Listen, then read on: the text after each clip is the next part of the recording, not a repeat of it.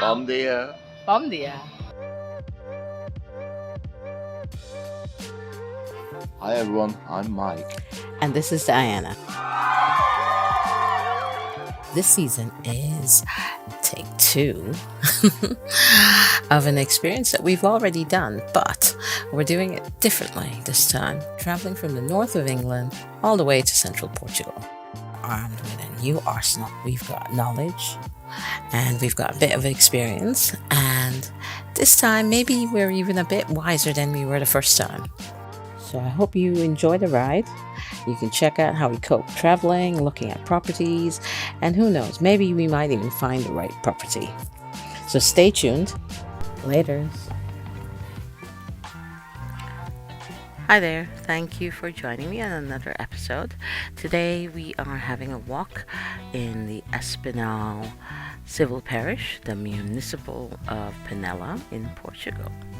So Espinhal, from my research, started off as a small rural village, and it was elevated in the 15th century, and I quote this, by royal decree. It was elevated to a town on July 16, 1906. It was made so because the rural nobility invested in the mountains and the land due to the income they received from the natural resources that it provided. It provided natural resources like iron, copper, and other minerals. That also led to the creation of foundries and manufacturing in Espinhal. Espinhal is known for its natural resources. There's something called the Pedra da Ferda, which is a waterfall of crystal clear water where you can find unique plants and species. They've got the main church, which dates from the 17th century, the chapel of Santa Luzia, a chapel that dates back to the 16th century. So it seems like Espinhal has a lot of history. Its weekly market has been happening since the Middle Ages, and currently the market takes place on a Sunday in Largo de Feira. Espinhal was also involved in the French invasions of the 19th century due to the passage of French and Portuguese troops through the town. The relevance of this town is easily witnessed by the existence of several noble families and their stately residences, and we did see a lot of stately residences. I would love to come back to Espinhal and have a really good look around. We did see some official houses and official places in as we were walking around, but with this newfound knowledge, I think taking a tour around and really looking into some of these places would be really, really interesting. And the scenery as you're walking around is amazing. It's a beautiful, beautiful little village, little town, and I would definitely want to go back. So I hope you enjoyed this video and enjoy seeing the beautiful little town of Espinhal. Thanks for watching. Later.